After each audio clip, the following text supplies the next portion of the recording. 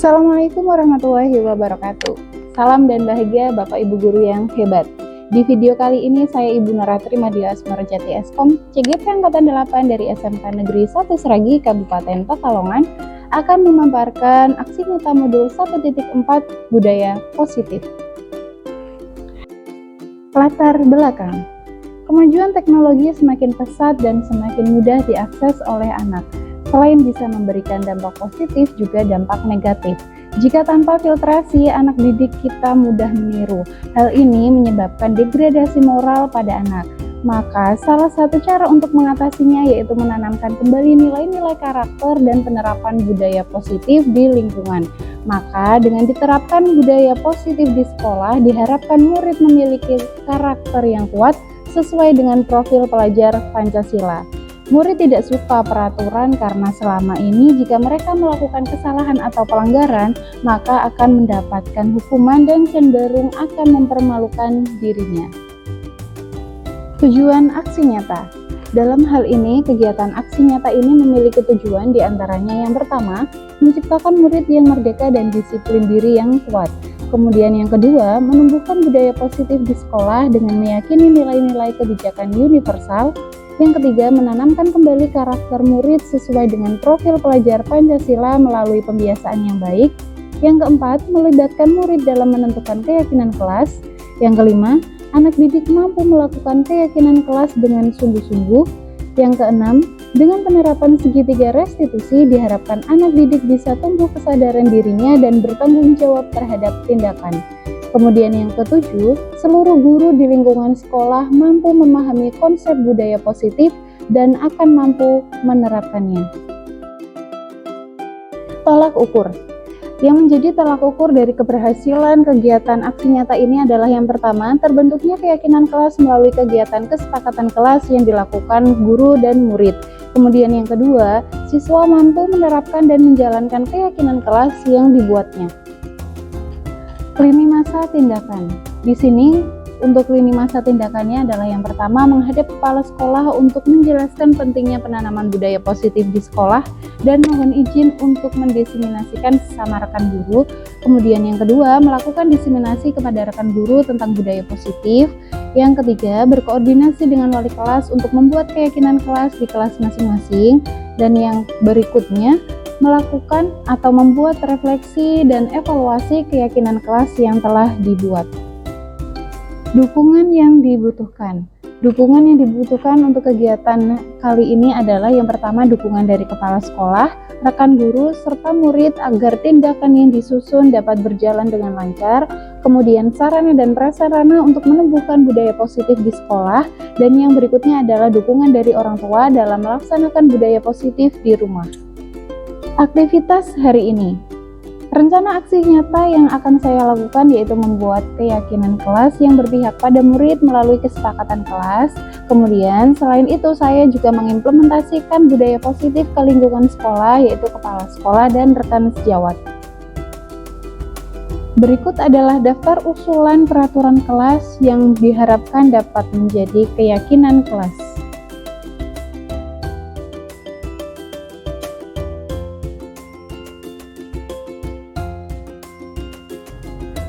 Dan berikut adalah hasil penyusunan keyakinan kelas dari kelas 11 TJAT 1.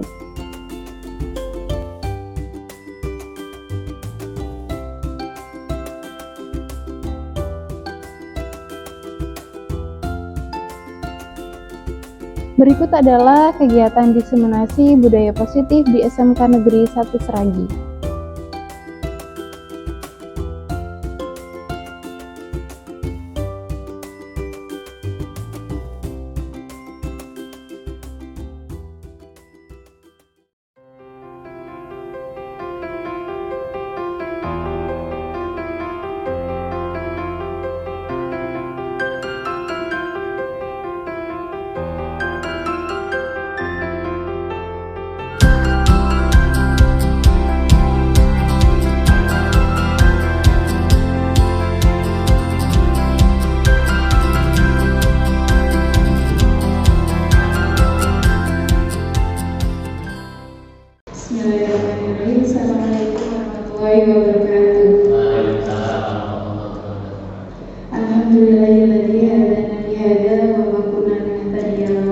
illallah, asyhadu an la ilaha illallah, wa asyhadu anna Muhammadan abduhu wa rasuluh, la nabiyya wa la rasula ba'dah.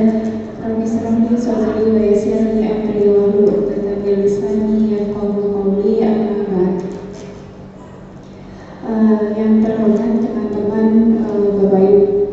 Bapak Ibu guru SMK Negeri 1 Seragen, pertama-tama marilah kita mengucapkan puji syukur kehadirat Allah Subhanahu wa taala yang telah melimpahkan rahmat dan hidayahnya kepada kita sehingga pada pagi hari ini kita dapat mengikuti diseminasi budaya positif SMK Negeri 1 Seragen dalam keadaan sehat walafiat. Yang kedua, salawat serta salam semoga tetap tercurah pada junjungan kita Nabi Muhammad SAW. Semoga syafaatnya senantiasa pada kita. Semoga kita senantiasa mendapat syafaatnya di yaumil qiyamah. Amin. Bapak Ibu yang berbahagia, pada pagi hari ini perkenankanlah saya Ratri Manda Sumarjati, CGP Angkatan 8 dari SMK Negeri 1 Seragen Kabupaten Pekalongan untuk memaparkan diseminasi budaya positif di SMK Negeri 1 Seragen ini.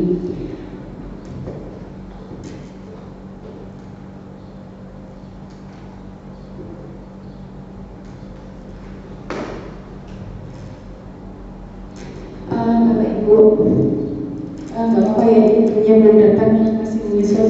Bapak-bapak, ini mungkin sebelum kita mulai ada sedikit pertanyaan pemantik. Bapak semua, jadi apa ya Bapak semua, boleh untuk berpendapat setuju atau tidak setuju. Jadi di sini ada pernyataan bahwa hukuman dapat mendisiplinkan anak. Bapak-bapak setuju? Oke, disimpan dulu jawabannya. Kemudian yang kedua, pemberian hukuman dengan hal positif seperti membaca atau membersihkan halaman sekolah dapat meningkatkan disiplin anak. Gimana Pak, ini setuju? Oke.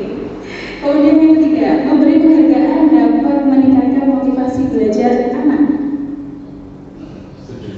Setuju? Setuju semua nih? Berarti tidak mau berubah pikiran? Oh tidak.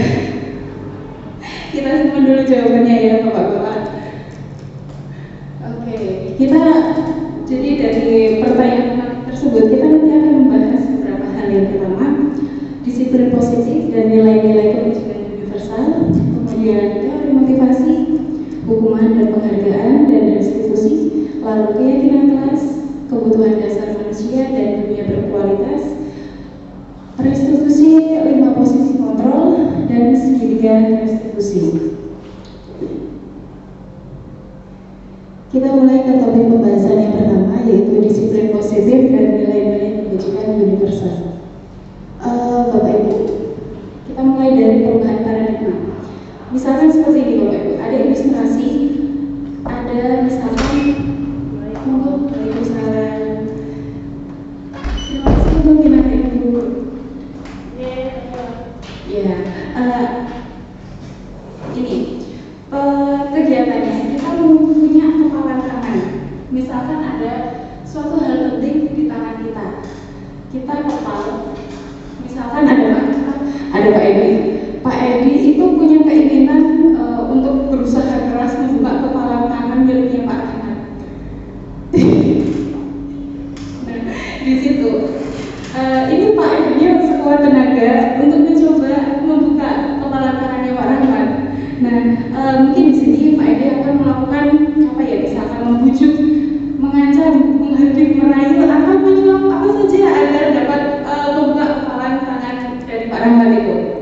Kira-kira nanti apa yang terjadi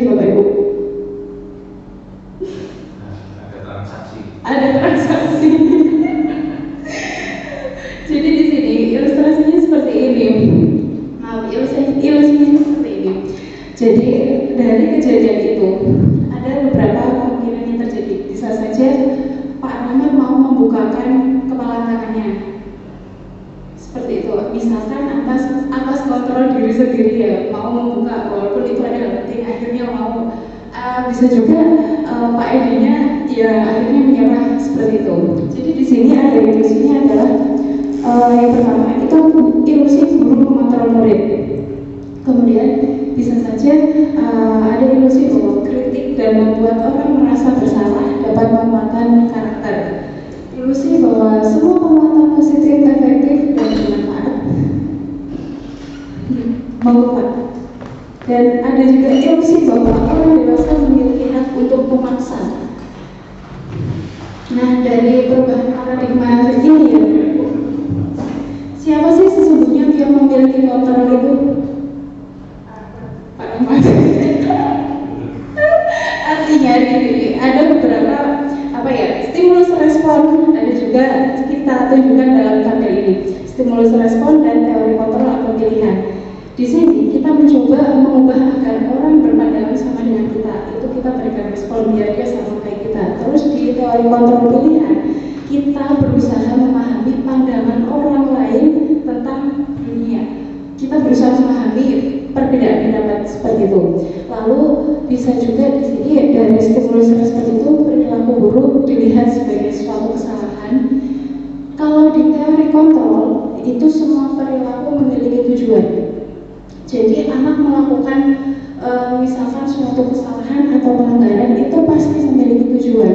Tapi kalau kita di stimulus respon itu kita menganggap apapun yang mereka lakukan itu pasti salah kayak gitu. Nah, kalau di teori kontrol pilihan itu kita memahami bahwa semua perilaku yang anak lakukan itu baik pelanggaran atau kesalahan apapun itu pasti punya tujuan. Kemudian di sini ada orang lain bisa mengontrol saya. Lalu ada hanya Anda yang bisa mengontrol diri Anda. Seperti tadi Pak pada akhirnya misalkan mau membukakan kepala tangannya, nah itu kontrol dari dirinya Pak Ahmad, bukan dari Pak Edi. Terus di stimulus respon kita beranggapan bahwa kita bisa mengontrol orang lain. Kalau di teori kontrol itu kita tidak bisa mengontrol orang lain. Kemudian dalam teori kontrol disiplin positif ini menurut William Glasses itu Anda tidak bisa mengontrol orang lain, hanya Anda yang bisa mengontrol diri Anda. Lalu semua perilaku itu memiliki tujuan. Dan di sini dalam teori ini dinyatakan bahwa model berpikirnya menang-menang, lalu kolaborasi dan konsensus menciptakan pilihan baru, lalu realitas atau kebutuhan kita berbeda. Kita berusaha memahami pandangan orang lain tentang dunia dan setiap orang memiliki gambaran yang berbeda. Bapak Ibu, apakah makna disiplin itu? Jadi kalau di sini kita berbicara disiplin itu dalam bahasa Latin artinya itu belajar. Disiplin itu membuat orang menggali potensinya menuju sebuah tujuan apa yang dihargai. Namun dalam budaya kita makna kata disiplin itu berubah menjadi sesuatu yang dilakukan seseorang pada orang lain untuk mendapatkan kepatuhan. Ya, Bapak Ibu.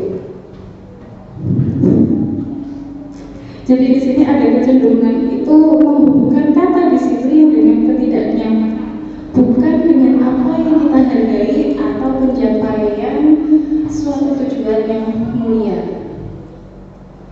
Nah, nilai-nilai kebajikan universalnya seperti apa, Bapak Ibu?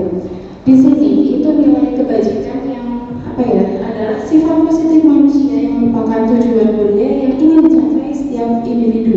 Jadi ada sifat positif yang merupakan tujuan mulia yang ingin dicapai setiap individu. Nah, nilai tersebut itu bersifat universal.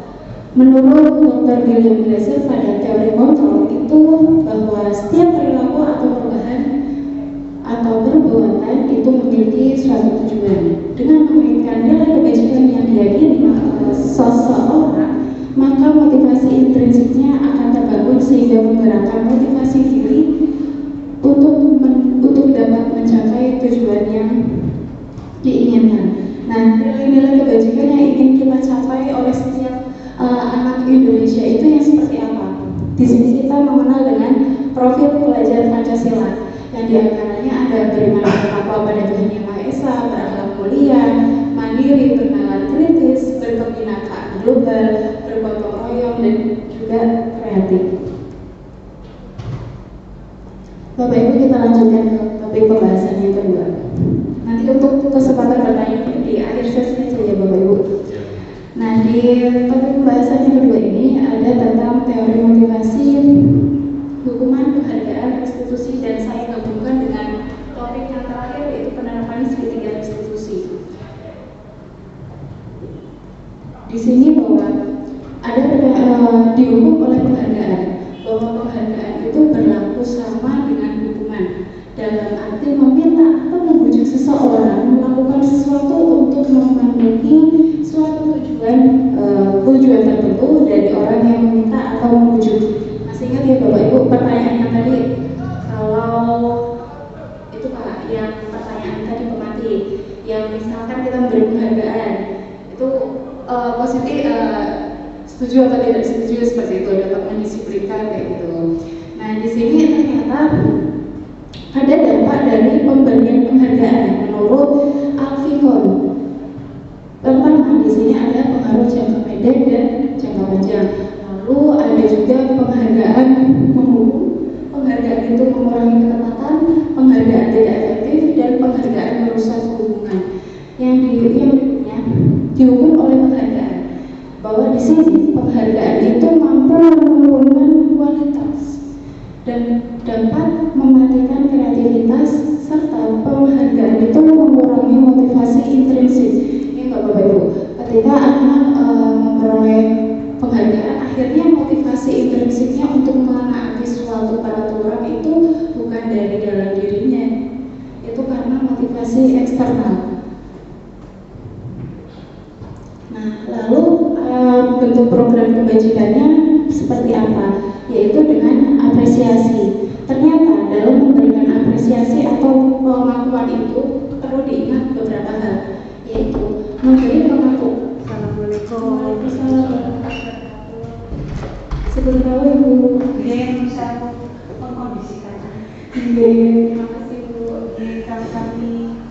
Jadi bentuk program kebajikan itu memberikan apresiasi atau pengakuan pada siswa itu ada beberapa hal yang perlu diingat. Kita pertama memberi pengakuan itu secara khusus dan dilakukan secara individu. Itu yang saya peroleh dari kemarin belajar itu seperti itu.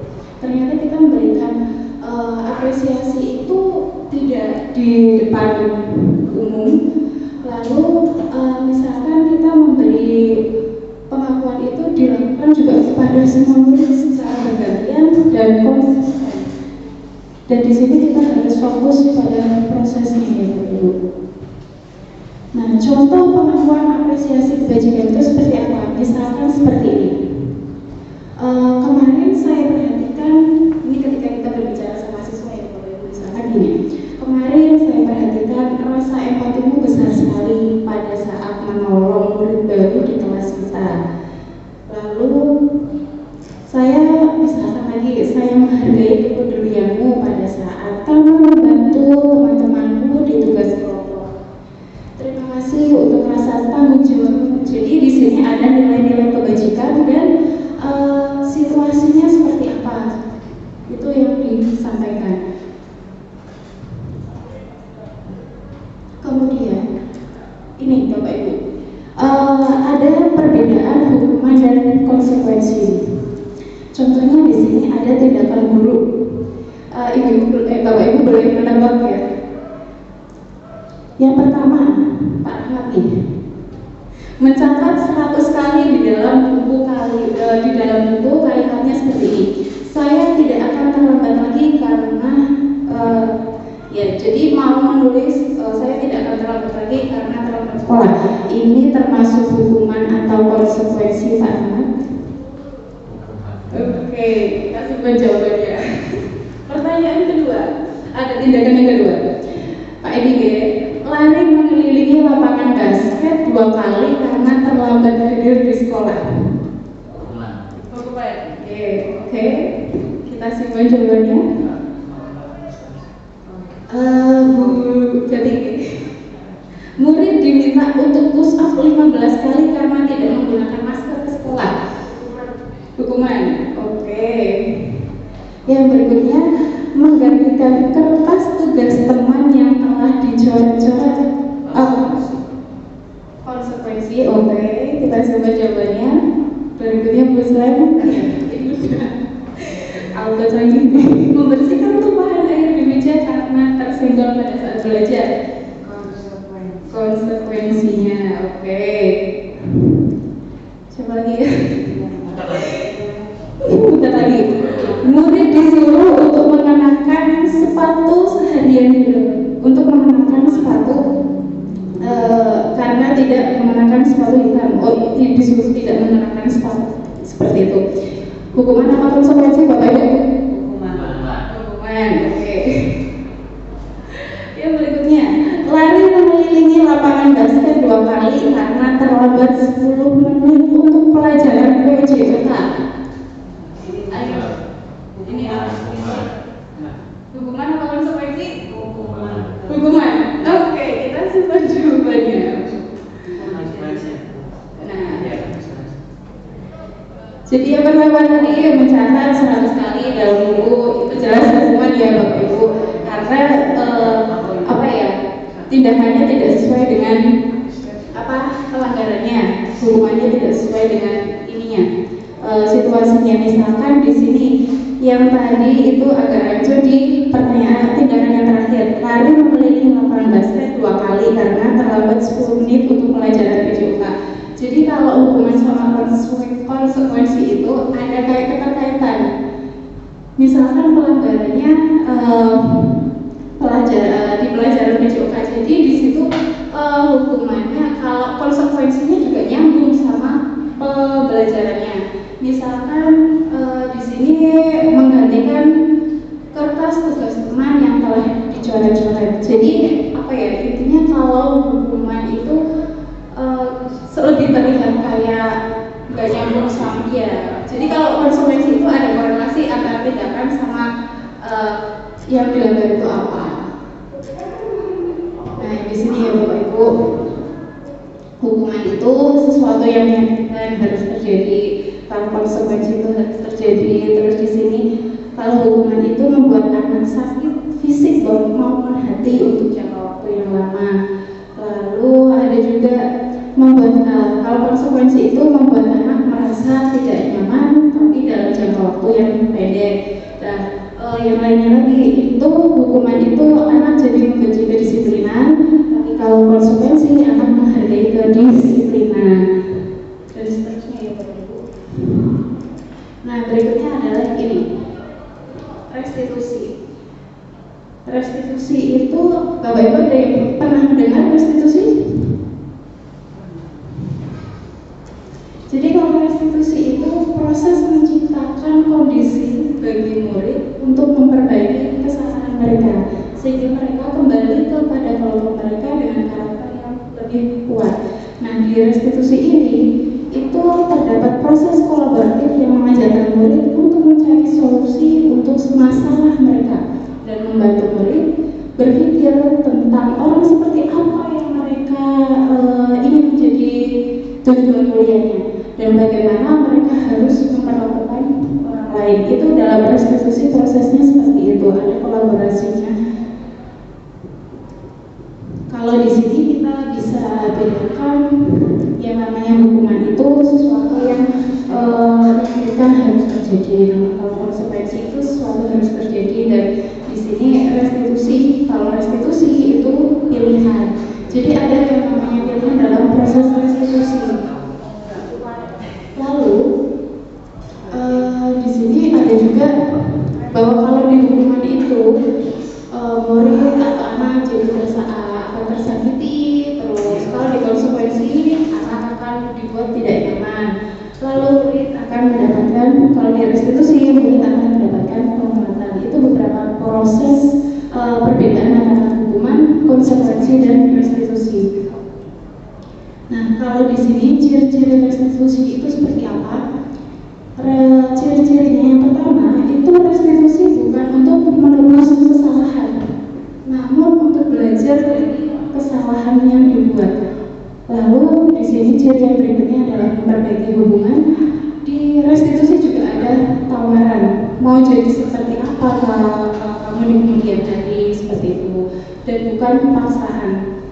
Lalu ada restitusi itu menuntut untuk melihat ke dalam diri, mencari kebutuhan dasar yang mendasari tindakan, dan ini adalah restitusi itu adalah cara yang paling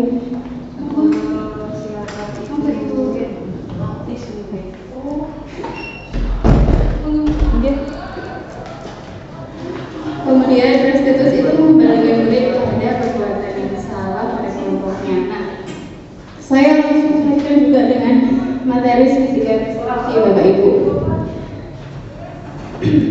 Jadi kita ada yang namanya segitiga restitusi itu ada 3 langkah di sini. Kalau segitiga restitusi itu lebih ke penanganan bagaimana ketika akan melakukan misalkan kayak pelanggaran Bapak Ibu. Di sini langkahnya yang pertama ada 3 langkah ya Bapak Ibu. Itu kita menstabilkan identitas yang dasar ini, lalu memvalidasi tindakan yang salah, dan yang langkah ketiga menanyakan keyakinan. Apa aja sih yang terjadi dalam 3 langkah tersebut? Itu yang pertama, menstabilkan identitas. Misalkan di sini Bapak Ibu tujuannya apa? Untuk membuat anak merasa gagal karena berbuat salah menjadi positif. Jadi kalau di menstabilkan identitas itu seperti itu Bapak Ibu. Kita membuat anak yang merasa gagal karena berbuat salah menjadi positif. Nah di sini kita bisa berkata kepada mereka bahwa misalkan berbuat salah itu hal yang manusiawi, tidak ada manusia yang sempurna. Itu bisa kita ungkapkan di awal-awal ketika melakukan atau mempraktekkan segitiga restitusi. Di sini langkah awalnya adalah menstabilkan identitas. Kemudian untuk langkah yang kedua adalah validasi kebutuhan atau validasi tindakan yang salah. Di sini kita membantu murid mengenali kebutuhan dasar yang ingin mereka penuhi itu seperti apa. Karena pada dasarnya setiap tindakan manusia itu mempunyai tujuan. Menurut teori yang tadi seperti itu ya Bapak Ibu. Mau salah atau benar itu pasti yang dilakukan siswa kita itu ada tujuannya. Pada dasarnya setiap tindakan manusia itu ada tujuannya. Nah di sini untuk memenuhi kebutuhan dasar itu apakah itu penguasaan, kebebasan, kasih sayang, dan rasa diterima, kesenangan atau bertahan hidup. Nah kita bisa katakan ke mereka ketika di tahap validasi tindakan yang salah itu kita bisa katakan seperti ini. Kamu bisa saja kan melakukan hal yang lebih buruk, tapi kamu tidak melakukannya kan, seperti itu. Lalu bisa juga kamu pasti punya alasan mengapa melakukannya. Apa yang penting bagi kamu? Kamu boleh tetap berusaha menjaga sikap itu, tapi tambahkan sikap yang lain yang baru. Jadi di sini berusaha menggali tindakan dari siswa itu dalam rangka tujuannya itu apa. Kemudian di tahap yang ketiganya adalah menanyakan keyakinan. Di tahap ini kita anak melihat kesalahannya dihubungkan dengan norma sosial dan nilai-nilai yang mendasari manusia berinteraksi dengan orang lain. Kalau di sini kita biasanya kembali menanyakan keyakinan itu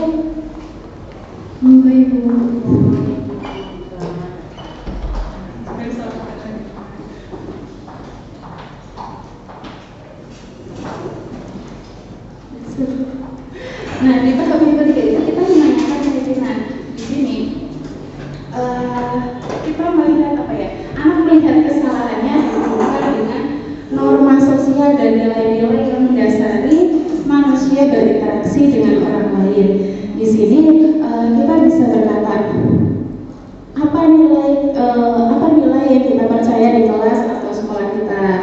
Lalu misalkan juga nilai-nilai universal apa saja yang telah kita sepakati. Misalkan juga apa yang kamu rasakan ketika kamu melakukan itu, atau kita bisa menanyakan kamu ingin menjadi orang yang seperti apa. Nah Bapak Ibu contoh praktek studi restitusi yang pernah saya terapkan.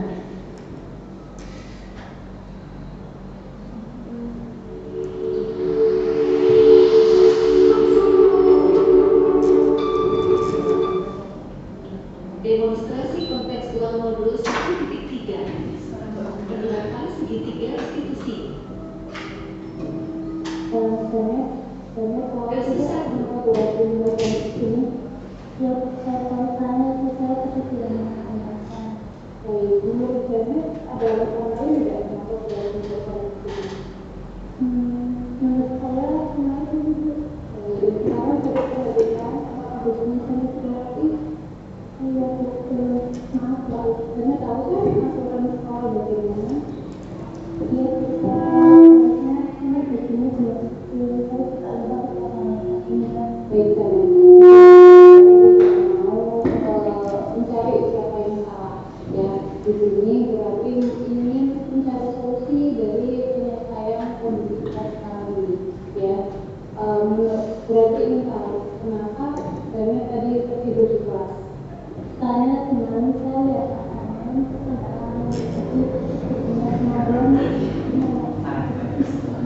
Jadi mulai menanyakan tindakan yang salah seperti apa untuk validasi.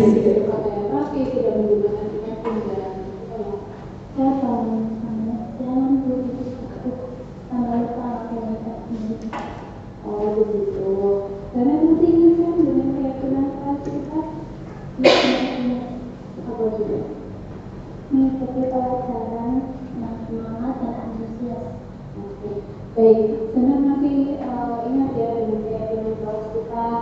Jadi di sini berlaku kalau boleh menggunakan, misalnya boleh baca ketika pasal malam, nggak apa-apa. Yang penting misalnya harus membatasi lah, dan jangan sampai terlalu larut malam seperti itu. Kemudian kalau misalnya terlalu larut malam di pasal malam seperti itu, terus paginya ngantuk di kelas kan jadi tertinggal pelajarannya ya. Kemudian untuk menggunakan bajunya sebaiknya itu yang rapi sesuai dengan peraturan sekolah, karena kerapian ini kan bagian dari kedisiplinan ya. Disiplin itu penting. Nah, kurang lebih seperti itu Bapak Ibu dalam penerapannya. Jadi kita melakukan beberapa langkah. Yang pertama tadi dari menstabilkan identitas, validasi tindakan yang salah, dan menanyakan keyakinan. Nah, topik pembahasan yang berikutnya adalah keyakinan kelas nih Bapak Ibu. Nah, di sini mengapa tidak peraturan saja? Mengapa harus keyakinan kelas? Nah, mengapa kita memiliki peraturan nih? Harus misalkan menggunakan helm bila mengendarai kendaraan roda 2. Mengapa kita memiliki peraturan mungkin 3M, harus menggunakan masker dan sebagainya. Nah, seperti itu untuk mendukung motivasi intrinsik Bapak Ibu, kita kembali ke nilai keyakinan lebih menggerakkan seseorang dibandingkan mengikuti serangkaian peraturan. Nah, seperti ini Bapak Ibu. Jadi dari peraturan kelas itu kita susun, kita rubah menjadi keyakinan kelas. Lalu setelah keyakinan kelas itu terbentuk, akan terbentuk suatu lingkungan yang positif dan hingga menjadi yang membudaya. Akhirnya jadi budaya positif. Nah, dari sini Bapak Ibu, menurut Bapak Ibu di sini yang mana yang merupakan keyakinan kelas?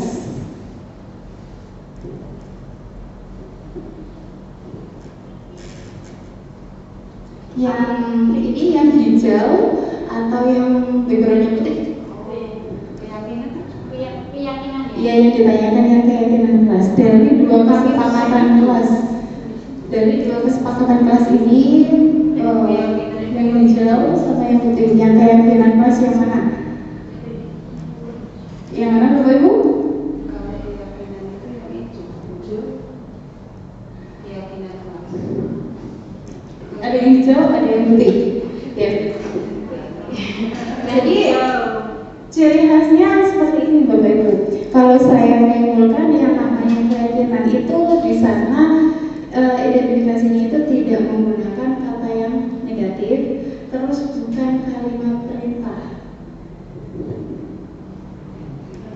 misalkan di sini datang tepat waktu, itu kan lebih ke kalimat ya datang tepat waktu itu berupa perintah. Kalau keyakinan keras itu kan antara kedua belah pihak, dan di sana itu bukan kalimat perintah dan lebih ke apa ya? Ada nilai kebajikan yang universal yang muncul seperti itu. Misalkan di sini kami datang tepat waktu mengucapkan salam, itu kita bisa ubah dengan keyakinan kelasnya seperti apa. Misalkan kami guru dan murid yang saling menghargai, seperti itu. Kemudian ada juga kami murid yang peduli dengan teman-teman. Jadi di situ berupa kalimatnya itu bukan perintah Bapak Ibu, lebih ke tidak menggunakan kalimat negatif juga. Nah di sini Bapak Ibu ada peraturan seperti ini. Selalu kembalikan buku ke tempatnya. Kira-kira keyakinan kelasnya seperti apa?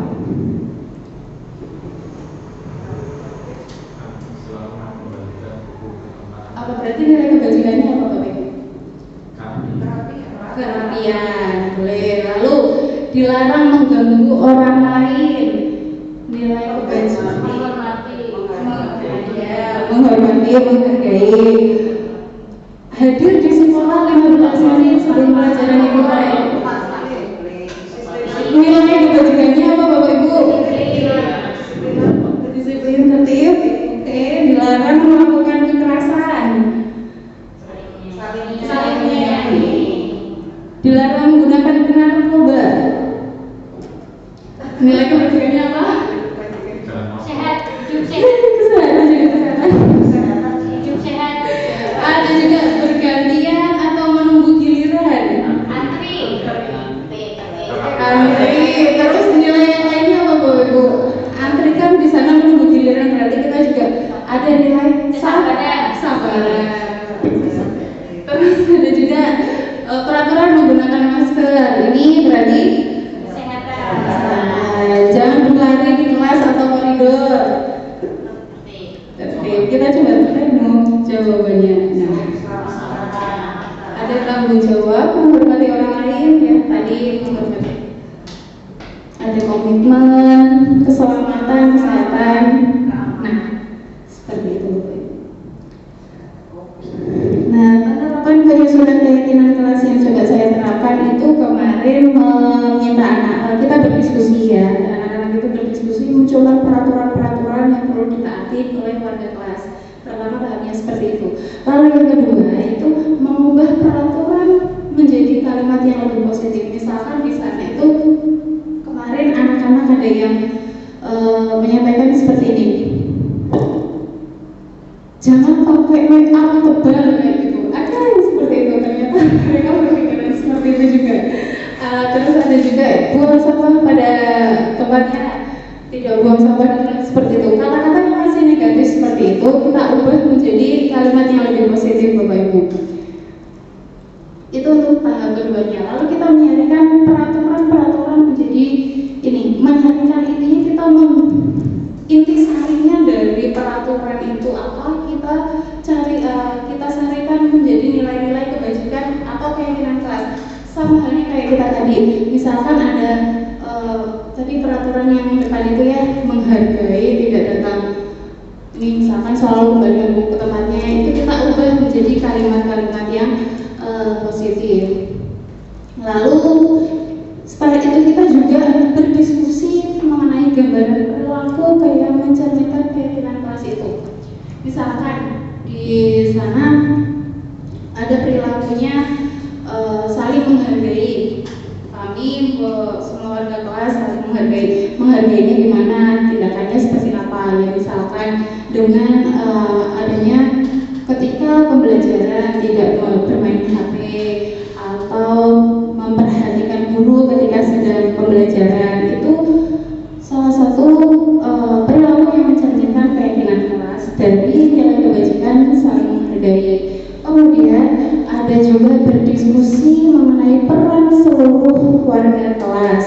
Kemudian setelah itu kita meninjau ulang keyakinan kelas yang sudah disusun itu seperti apa, ditinjau dari waktu ke waktu.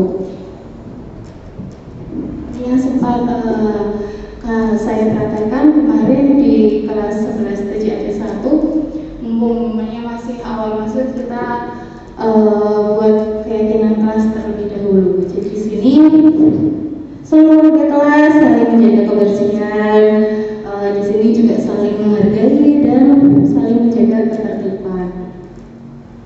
Topik yang berikutnya Bapak Ibu, kebutuhan dasar manusia dan dunia berkualitas.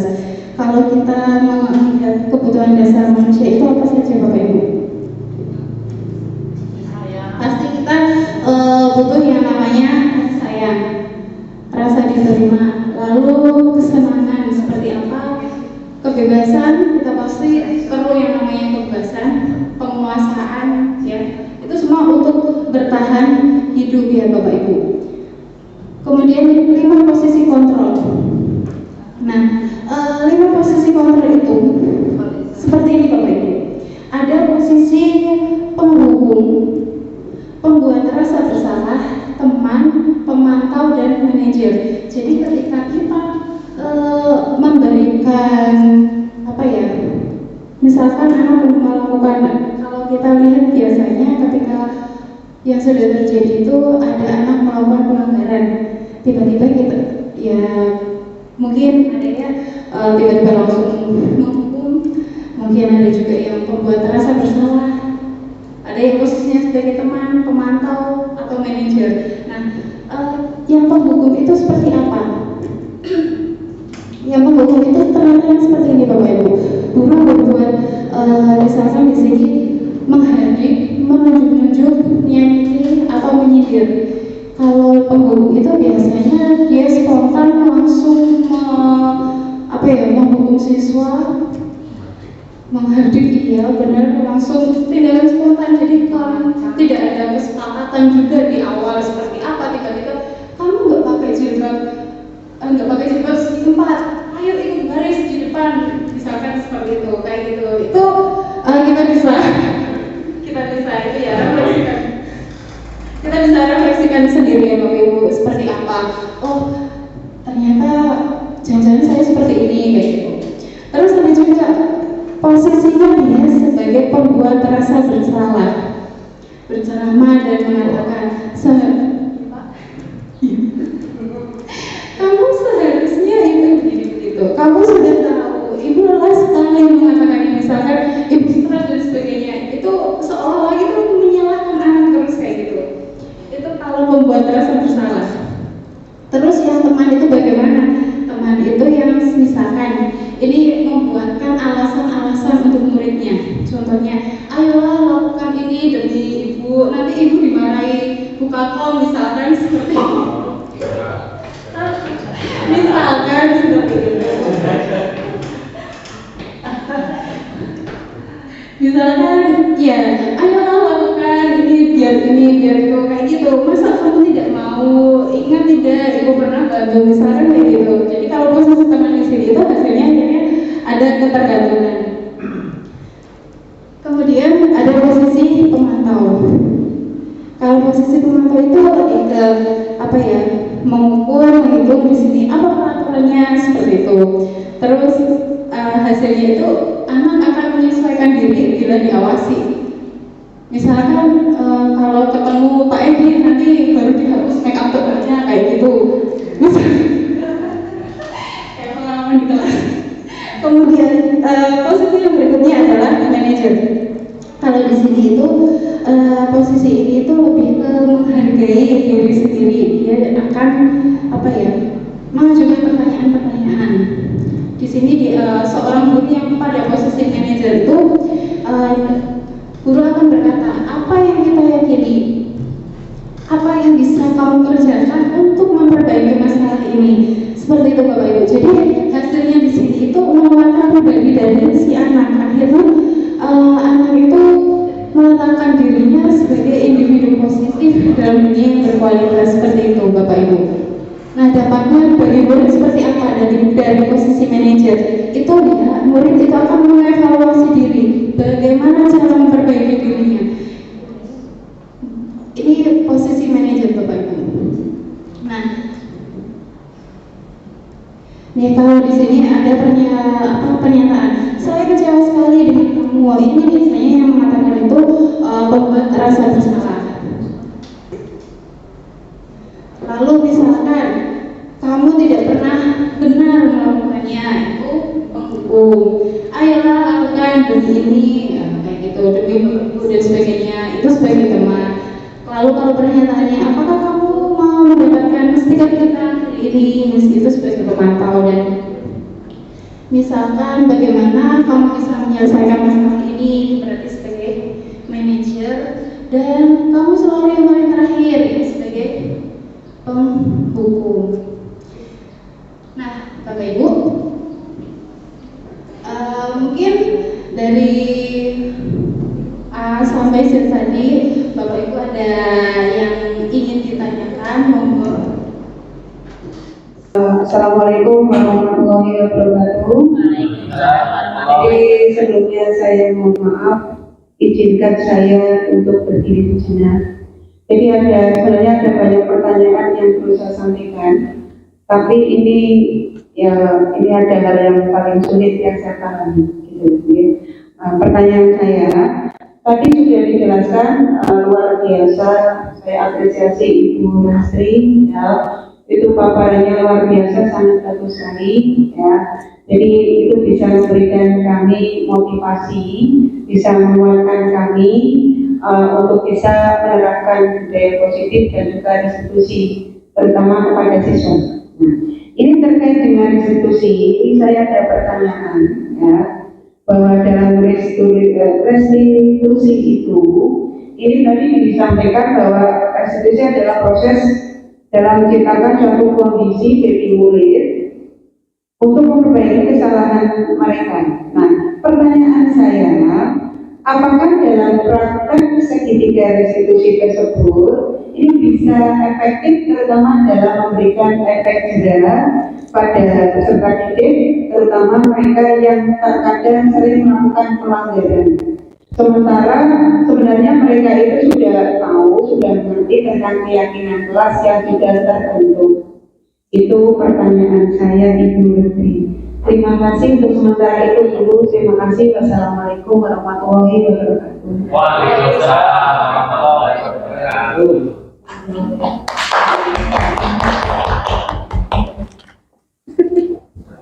Jadi tadi pertanyaannya adalah kalau tidak salah, apakah dari praktek penerapan segitiga restitusi itu efektif? Ya, efektif apa tidak? Oke. Jadi kalau saya mengamatinya sih Bapak Ibu ya, kalau tergantung ya efek jerahnya itu yang bagaimana. Kalau efek jerahnya itu untuk menyadarkan siswa itu dapat tercapai, karena menurut saya di sini semua pihak itu terkait dalam terlibat ya, baik dari calon guru maupun siswanya juga ini terlibat dalam mencari solusi, jadi keduanya itu terlibat langsung. Nah, tapi kalau di sini efek jerahnya itu sebagai hukuman yang ada misalkan mengancam atau menyebarkan ketakutan mungkin, mungkin secara tidak langsung menyediakan efek jerah semacam itu, karena di sini lebih kalau di ini ya Bapak Ibu, kalau di praktek segitiga restitusi itu mereka lebih fokus dalam prosesnya, itu lebih fokus ke pembelajaran, transformasi dan rekonsiliasi daripada yaitu memberikan hukuman yang keras. Jadi intinya kalau di penerapannya segitiga restitusi itu lebih keduanya itu terlibat langsung begitu Bapak Ibu. Mungkin teman-teman ada yang ingin menjawab? Cukup. Oke, kita lanjutkan mungkin dari Bapak Ibu yang lain ada pertanyaan lain. Bendang cepat. Assalamualaikum warahmatullahi wabarakatuh. Waalaikumsalam warahmatullahi wabarakatuh. Saya mohon izin berarti terkait materi yang sudah dipaparkan atau disampaikan. Untuk mewujudkan budaya positif itu diperlukan adanya kolaborasi bersama. dari semua pihak. Kemudian yang saya tanyakan bagaimana cara berkolaborasi dengan pihak yang sulit menerima pendapat orang lain terkait untuk mewujudkan budaya positif tersebut. Oke, terima kasih. Assalamualaikum warahmatullahi wabarakatuh. Waalaikumsalam warahmatullahi wabarakatuh.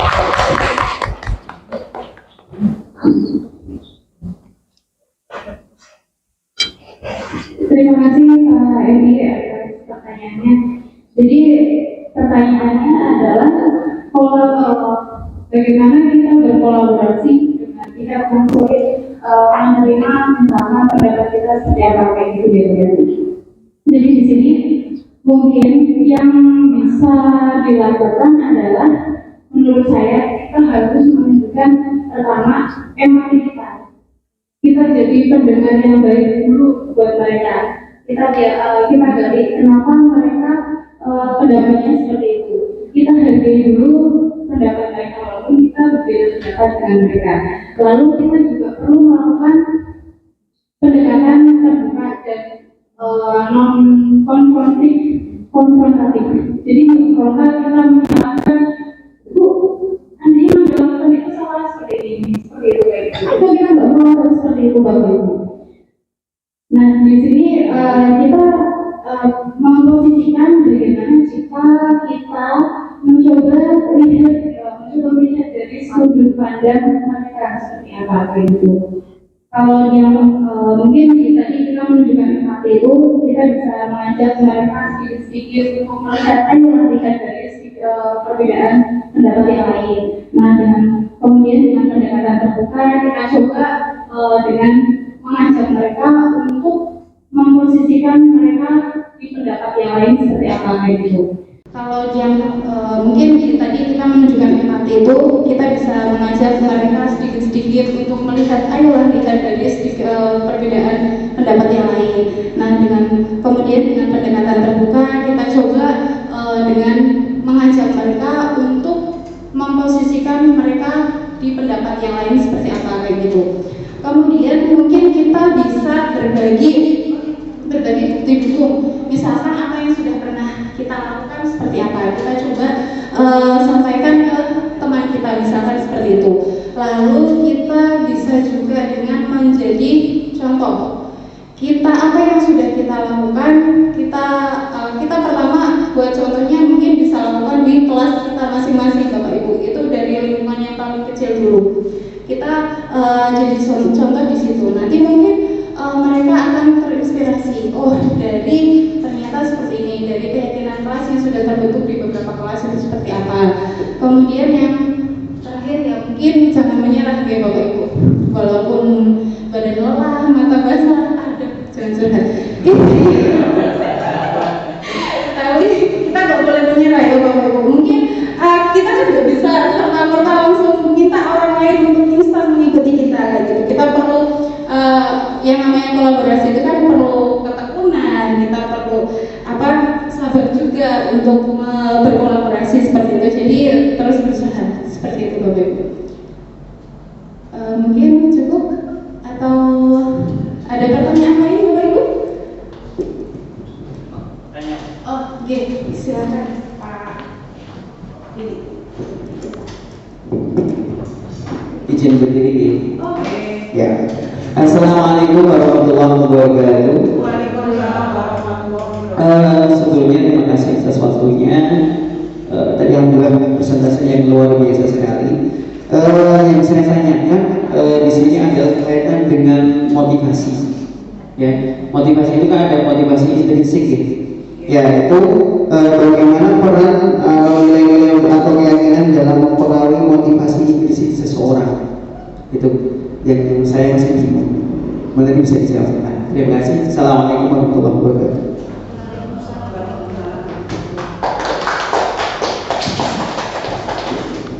Terima kasih Pak Dedi atas pertanyaannya. Tadi kalau tidak salah berarti bagaimana peran dari nilai itu terhadap motivasi intrinsik ya Bapak Ibu. Jadi di sini bagaimana agar nilai itu bisa bisa menjadi peran seperti apa untuk meningkatkan motivasi intrinsik. Kalau kita memahami bahwa motivasi intrinsik itu yang seperti apa sih Bapak Ibu, ya kan? Motivasi intrinsik itu ya bisa dibilang itu benar-benar apa? Mungkin kepuasan, kesenangan atau minat dari diri pribadi seseorang, bukan dari hadiah atau hadiah adanya faktor eksternal seperti itu. Nah, perannya seperti apa? Ternyata untuk nilai ini tadi itu bisa meningkatkan motivasi intrinsik itu dengan cara apa? Ternyata dari nilai itu bisa meningkatkan kepentingan dan minat seseorang. Ketika orang yakin hal tersebut itu ternyata mempunyai nilai penting bagi hidupnya, bagi dia, pasti orang tersebut akan termotivasi dan terlibat langsung di dalamnya. Kemudian nilai itu tadi dapat meningkatkan rasa kontrol diri ternyata, karena orang yang punya keyakinan itu biasanya mereka memiliki kontrol diri yang lebih tinggi atas tindakan mereka. Jadi di sini ada kontrol tinggi dari merekanya, dari individu itu, karena mereka punya keyakinan diri dan keyakinan itu benar dan penting bagi mereka. Jadi menurut saya dua hal tersebut itu menjadi peran bagaimana nilai-nilai kebajikan itu dapat memotivasi menjadi motivasi intrinsik bagi seseorang. Seperti itu ya Bapak Ibu. Baik Bapak Ibu, mungkin cukup dulu ya pertanyaannya. Kita lanjut ke refleksi Bapak Ibu. Nah, di sini Bapak Ibu ada pertanyaan pemantiknya. Pertanyaan pemantiknya apa? Ya, di sini pertanyaan pemantiknya adalah hal baru apa yang mengubah paradigma saya yang saya dapatkan? Lalu perasaan apa yang muncul selama mengikuti sesi ini? Dan peran amal yang seperti apa yang telah saya lakukan? Peran amal seperti apakah yang saya telah lakukan selama mengikuti modul ini, dan saya akan menjadi amal seperti apa Bapak Ibu setelah mengikuti diseminasi ini? Mungkin Bapak Ibu ada yang ingin menyampaikan refleksinya? Assalamualaikum warahmatullahi wabarakatuh. Perkenalkan, nama saya Sita, saya guru teknik kimia industri di SMK 1 Selagi. Yang pertama, saya sangat mengapresiasi tadi Bu Ratri sudah menjelaskan banyak hal tentang apa itu tentang segitiga restitusi, kemudian kesepakatan kelas yang menjadi dengan keyakinan kelas, kemudian 5 posisi kontrol dan sebagainya.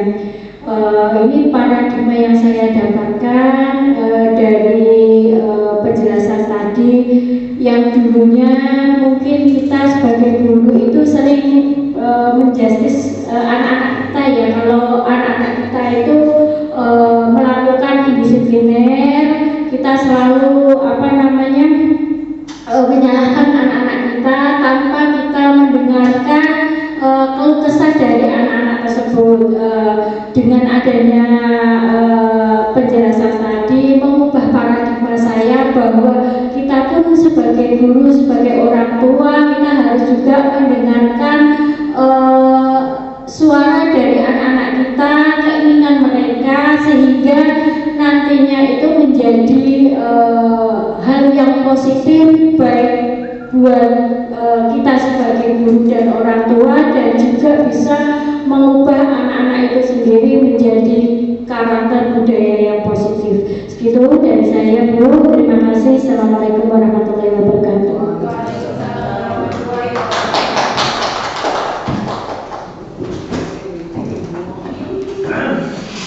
Terima kasih ya Bu Sita telah memberikan refleksinya.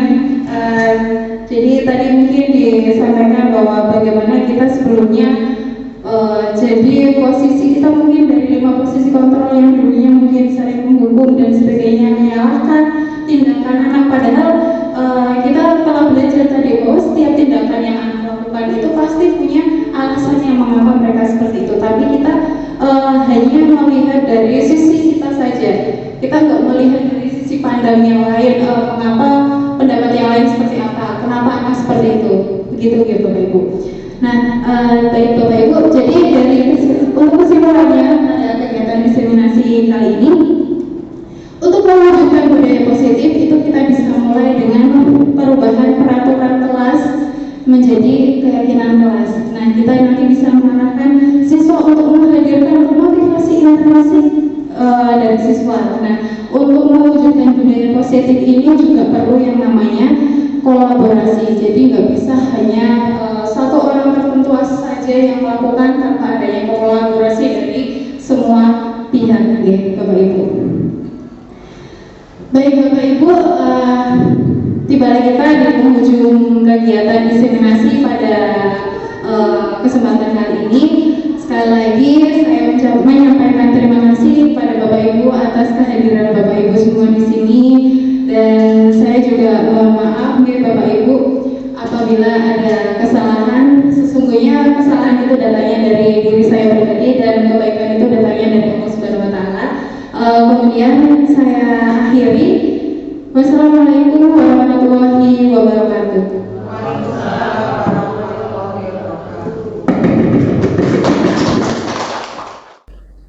Kesimpulan, penerapan disiplin positif dilakukan dalam rangka menciptakan budaya positif.